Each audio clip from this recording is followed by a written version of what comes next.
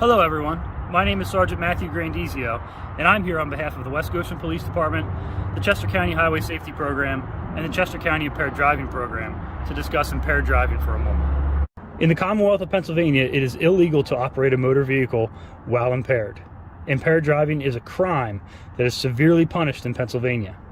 An impaired driving conviction can carry fines of up to $10,000, incarceration of up to 5 years, an 18-month license suspension, 1 year of ignition interlock, and more.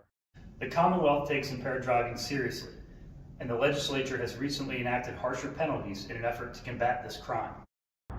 Recent legal changes include mandatory use of ignition interlock devices, even for some first-time offenders, and for those who refuse chemical testing.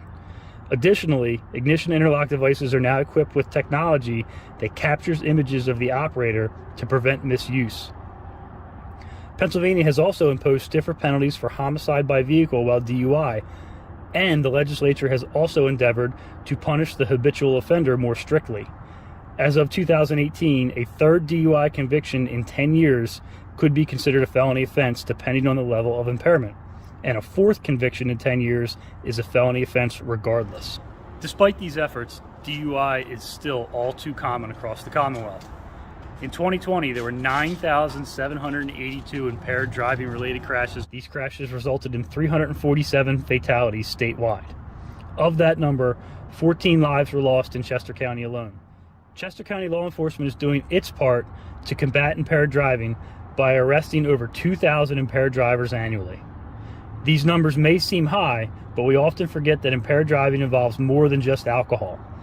It is common knowledge that many street drugs are impairing, but don't forget that legally obtained and properly used prescription medication can also be impairing.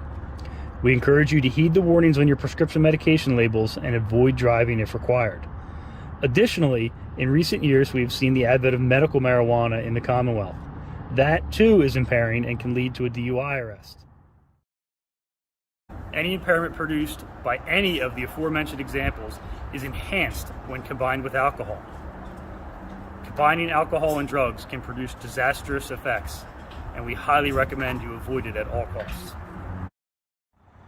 In closing, remember that Pennsylvania law enforcement is looking for impaired drivers. Whether it be on a traffic stop or on a checkpoint, we check every time. Please remember that impaired driving is also a choice, and because it is a choice, the death and crash statistics I went over earlier are 100% preventable.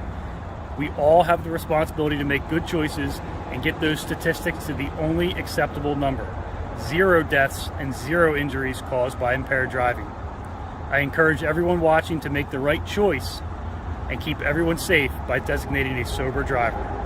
Thank you, and drive safely.